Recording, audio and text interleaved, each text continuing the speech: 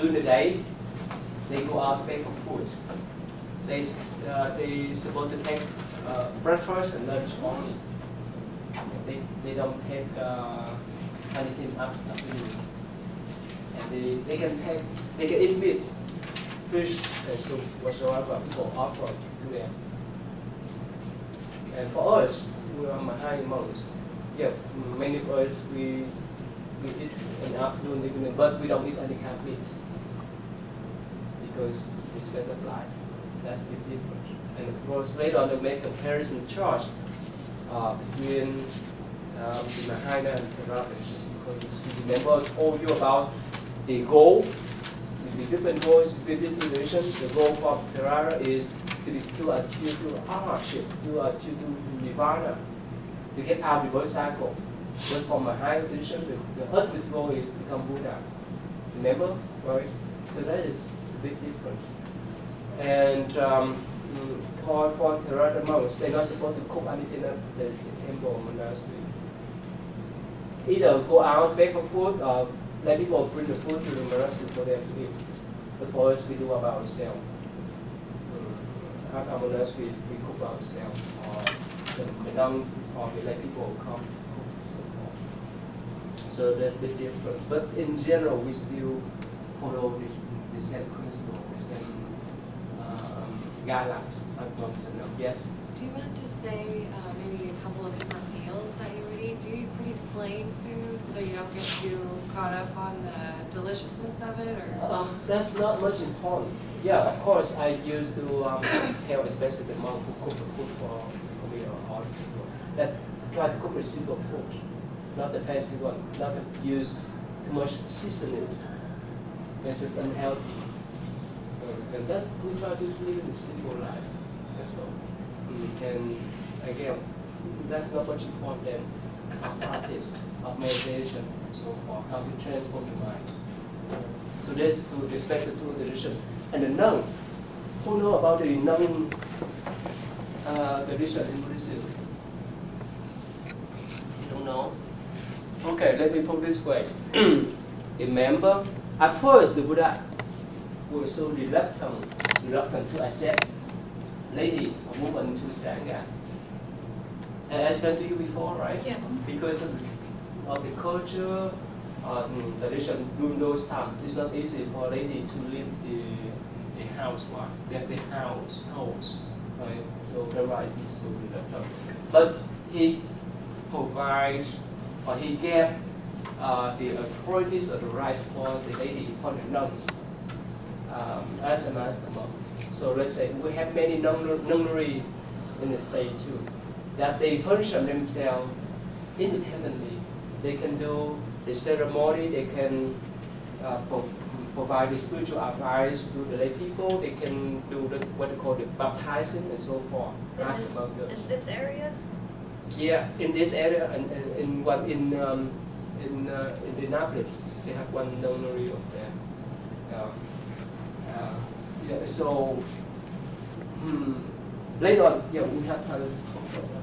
But in the Mahayana tradition, the nun more said, and especially if you visit Taiwan, there's more nuns than monks over there. And this is one famous nun who started what we call Chiji Foundation, or the charity, Buddhist Charity Foundation. This one here, this is around the world. This one here, and sorry, this is now. She started this kind of charity work in 1966, and up to now this is popular. It's spread out the world. She sent her people to go to the place where they have the natural disaster, the hurricane, the tsunami, and so forth. So she's very famous when in Taiwan. So again, the nun in the high traditions, they have more opportunities to run their own temples. But for the nun in the Theravada tradition, it's different. And that tradition has been cut off for 1,000 years. You know why? Because in Theravada traditions, monks and nuns are supposed to go out beg for food on the road. And remember, for men it's safe, right? For ladies, that's quite different. That's why that tradition has been cut off for 1,000 years. Now they try to restore that tradition a little bit, but not much. But for Mahayana tradition, we have plenty of memory around. Okay? So why is it different for women? Huh? Why is it different for nuns versus Monk? monks? What do you mean by this? What? I mean, for for them, like you said, they cannot go out to get food. You understand, right? Let's say, You're saying it's different between Mahayana and Theravada. Mhm. The Theravada, the nunnery practice, it died out. Like they Mhm, hardly for have 1,000 any years. nuns. they still have some nuns there, but not many. But not a lot. Uh-huh. And you're saying the main reason is because in that tradition, they still go out and seek alms. Mm-hmm. And they dance it for their life. And it's dangerous, it's more dangerous for a woman to go out and seek for alms because they're technically sometimes can be considered physically weaker, so they could be in more harm. So Mhm. there's Okay, less. I I think see. that's what he's saying. Yeah. But in Mahayana, Most of the time they stay around in a temple or monastery. So it's more safe Mahayana, than. you don't do the alms. No, we cook, like I told you, we You cook your own food. We cook our own food, or people, let people bring the food to the temple. So people will bring food as alms to the temple, Mhm. and you can prepare it yourself. Yes. So they don't have to go out. You understand that? That's, we will have more time to talk about that. Okay, the last one, I'm talking about the moral guideline for lay Buddhists. So basically, for lay people, they just need to abide with 5 basic precepts: no killing, no stealing, no sexual misconduct, no lying, no taking intoxicant. It's universal, is that right? Especially the first 4, right? It's in other traditions. It's universal. Yes? What about caffeine? Your choice. Do you consider caffeine, do they consider caffeine an intoxicant? Now, remember, in Buddhist It's a views, stimulant, technically. it's in Buddhist view, you keep for your benefit, not because of Buddha, not because of monk, but for your benefit. You have your choice. So the precepts you apply to yourself based on your belief and Plus, if you recognize beneficial, you keep, otherwise, you don't need that. if it's good, you keep it. If it's bad, you don't. That's the point. Okay. So we have that kind of what we call volunteer choice, right? You follow by yourself. Not no one enforce you, except yourself. Make sense? So the reason why many people, even they claim themselves Buddhist, but they don't keep that kind of precept. That's their choice too. Let's say if they commit crimes, they go to jail. They have to pay the karma.